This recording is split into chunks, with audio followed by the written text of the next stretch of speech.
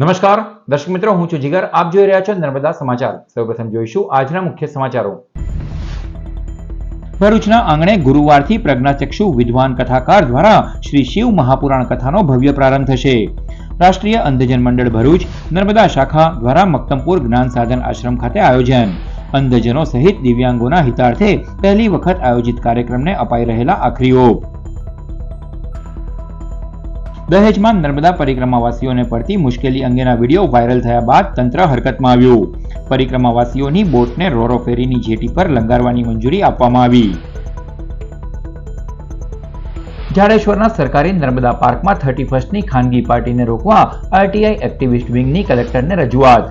જિલ્લા પંચાયત હસ્તક નર્મદા પાર્કના ટેન્ડરની શરતો અધવચ્ચેથી જ ફેરવીને પ્રાઇવેટ લગ્નો પાર્ટીઓ માટે લહાણી સામે આરટીઆઈ એક્ટિવિસ્ટો મેદાને. 31નું આયોજન રોકી મંજૂરી આપનાર પદાધિકારીઓ અધિકારીઓ સામે કાર્યવાહીની કલેક્ટર સમક્ષ રજૂઆત. અંકલેશ્વરના જીતાલી, ડઢાલ અને ઉધનાના 3 મિત્રોએ મ્યુલ એકાઉન્ટનો ઉપયોગ કરી આચરેલો ₹9.50 લાખનો સાયબર ફ્રોડ. જીતાલીના આરોપીની ચીટિંગના નાણાં જમા કરાવવા પોતાનું એકાઉન્ટ કમિશનથી આપવા બદલ ધરપકડ.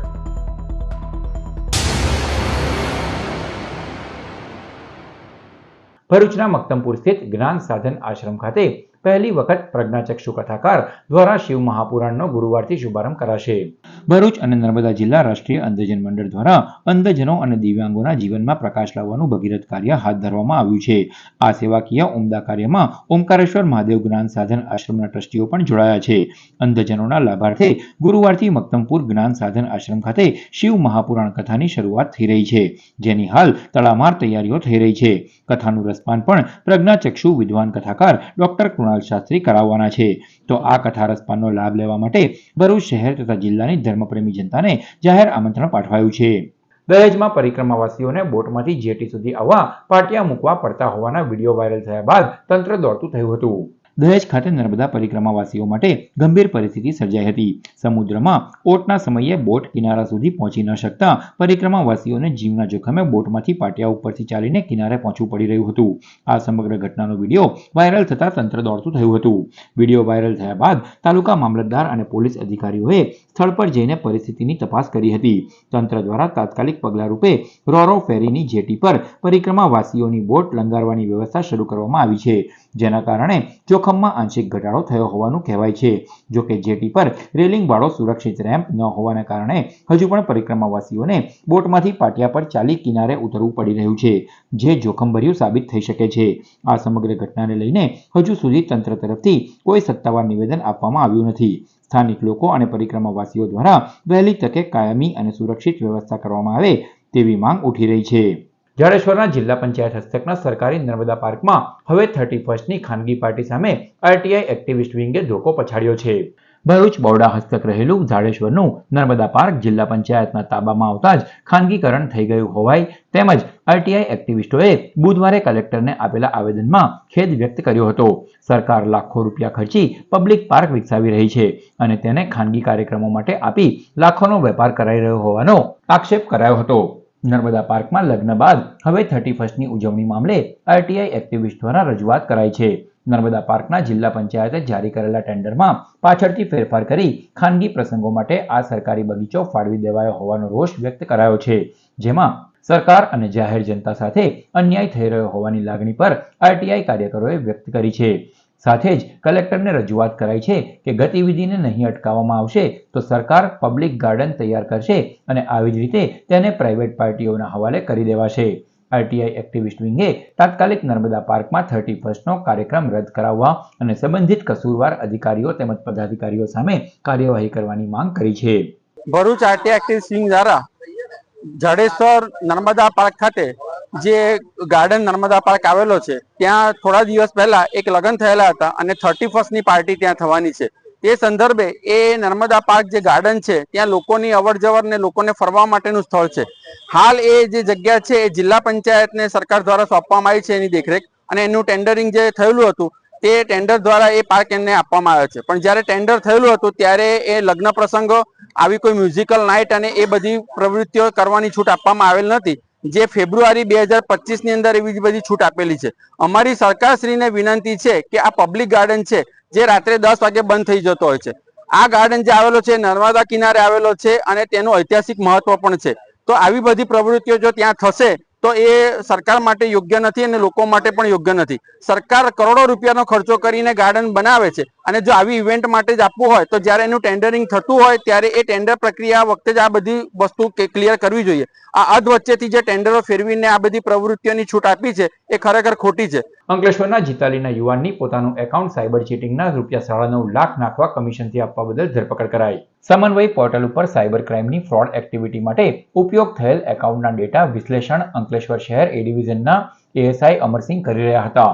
મ્યુલ એકાઉન્ટ હોલ્ડરોની મળેલ માહિતીના આધારે તપાસ કરતા અંકલેશ્વર શાખાના યસ બેંકના સિદ્દીક ઉર્ફે એજન્ટ ઉમર બેલીમના એકાઉન્ટમાં સાયબર ચીટિંગના ₹9.5 લાખ જમા થયા હોવાની માહિતી મળી હતી. જીતાલીની ડ્રીમ સિટીમાં રહેતા આરોપીની ધરપકડ કરાઈ હતી. આરોપીએ માહિતી આપી હતી કે 1 વર્ષ પહેલા જુમ્માની નમાઝ પડવા માટે ડઢાલ જીતાલી રોડ ઉપર આવેલ મસ્જિદમાં ગયો હતો. તે સમયે તેને તેનો મિત્ર ડઢાલ સન સિટીમાં રહેતો શમશેર ઉર્ફે છોટુ મુમતાઝ અલી મળ્યો હતો, જેને ચીટિંગની રકમના 10 લાખ આવવાના હોય સિદ્દીકનું યસ બેંકનું એકાઉન્ટ આ રૂપિયા જમા કરાવવા માટે 30,000 કમિશને આપવાનું કહ્યું હતું. જો કે મિત્ર શમશેરે ₹9.5 લાખ સિદ્દીક ટ્રાન્સફર કર્યા બાદ કમિશન આપ્યું ન હતું અને સલામત રીતે આ નાણાં તેના બેંક એકાઉન્ટમાંથી કાઢવા ઉદ્દાના મિત્ર મોહમ્મદ નાઝીરનો સંપર્ક કરી 3 લાખ તેને આપી બાકીની રકમ શમશેરે પોતે મેળવી ખર્ચી નાખી હતી. NCCPR પોર્ટલ ઉપર બેંગ્લોરમાં થયેલી આ સાયબર ચીટિંગની અરજીના આધારે અંકલેશ્વર શહેર એ ડિવિઝન પોલીસે ત્રણેય મિત્રો સામે ગુનો દાખલ કર્યો હતો. અંકલેશ્વરમાં દક્ષિણ ગુજરાત વીજ કંપનીના સ્માર્ટ મીટરનો વિવાદ જોવા મળ્યો હતો. ગડખોલની ગોકુલનગર સોસાયટીમાં પરવાનગી વગર સ્માર્ટ મીટર લગાવી દેવાયા હોવાના આક્ષેપ સાથે હોબાળો કરવામાં આવ્યો. અંકલેશ્વરમાં દક્ષિણ ગુજરાત વીજ કંપની દ્વારા સ્માર્ટ મીટર લગાવવાની પ્રક્રિયા વિવાદમાં આવી છે. ગડખોલ વિસ્તારની ગોકુલનગર સોસાયટીમાં ગ્રાહકોની કોઈપણ પ્રકારની પરવાનગી લીધા વિના સ્માર્ટ મીટર લગાવી દેવાયા હોવાના આક્ષેપો થયા છે.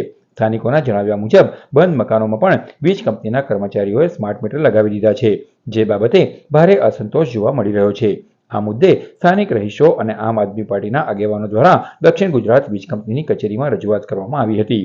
રજૂઆત દરમિયાન પરવાનગી વગર સ્માર્ટ મીટર ન લગાવવાની માંગ કરવામાં આવી હતી અને ગ્રાહકોની સંમતિ બાદ જ કાર્યવાહી કરવાનો સૂર ઉઠાવવામાં આવ્યો છે.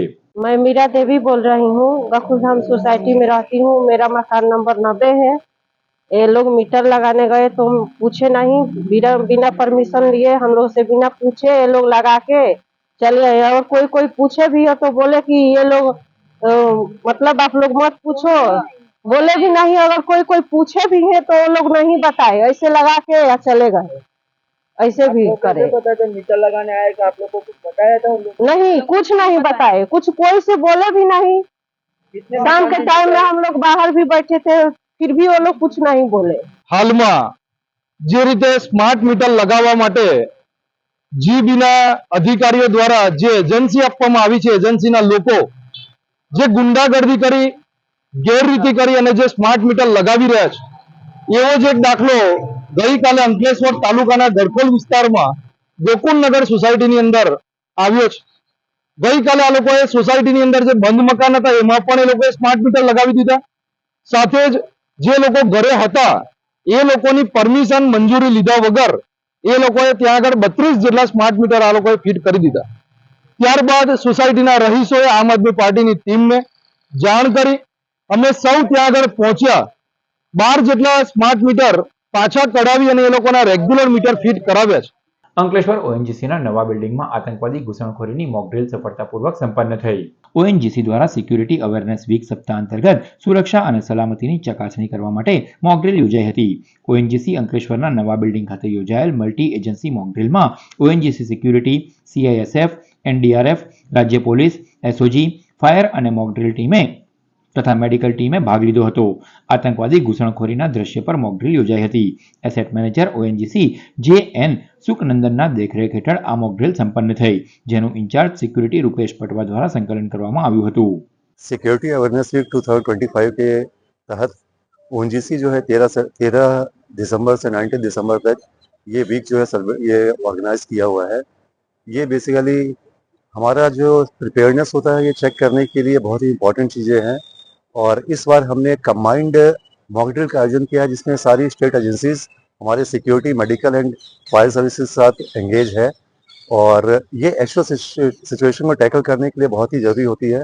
एंड इस बार भी ये मॉकड्रिल हो चुका है, जिसका परफॉर्मेंस बहुत ही अच्छा रहा है और इसमें कोई लैब से सर्जरी नहीं गई है और ये जो आने वाले कभी ऐसी सिचुएशन होती है उसको हैंडल करने के लिए बहुत ही फ्रूटफुल होता है। आज ONGC और 6 बटालियन NDRF हेडक्वार्टर दोनों ने मिलकर के आज मॉकड्रिल का आयोजन किया।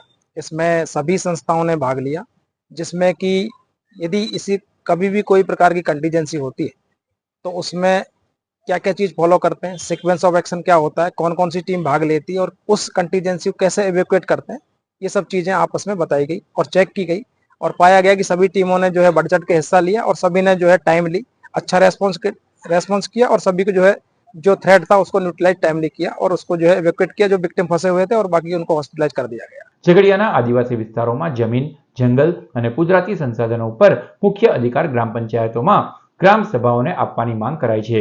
ઝઘડિયા પ્રાંત અધિકારીને આદિવાસી અગ્રણીઓએ રાષ્ટ્રપતિ અને રાજ્યપાલને ઉદ્દેશીને આવેદનપત્ર પાઠવ્યું હતું, જેમાં આદિવાસી વિસ્તારોમાં જમીન, જંગલ અને કુદરતી સંસાધનો પર મુખ્ય અધિકાર ગ્રામ સભાને આપવામાં આવ્યો હોવાનું જણાવ્યું હતું। જો કે વાસ્તવિકતા એ છે કે હજુ પણ આદિવાસી વિસ્તારોમાં આ બાબતે જંગલ ખાતાનું નિયંત્રણ છે। ગૌચરની જમીનો પર જંગલ ખાતું વાડ તરીકે પોતાનો હક કરી લેતા ગૌચર નહિવત થઈ ગયા છે, જે તમામ બાબતોને ધ્યાને લઈ જંગલ, જમીન અને અન્ય કુદરતી સંસાધનોનો અધિકાર ગ્રામ સભાને આપવા રજૂઆત કરાઈ હતી। આજે તમે રાષ્ટ્રપતિ અને રાજ્યપાલને સંબોધીને પ્રાંતસિંહને આવેદનપત્ર આપ્યું છે।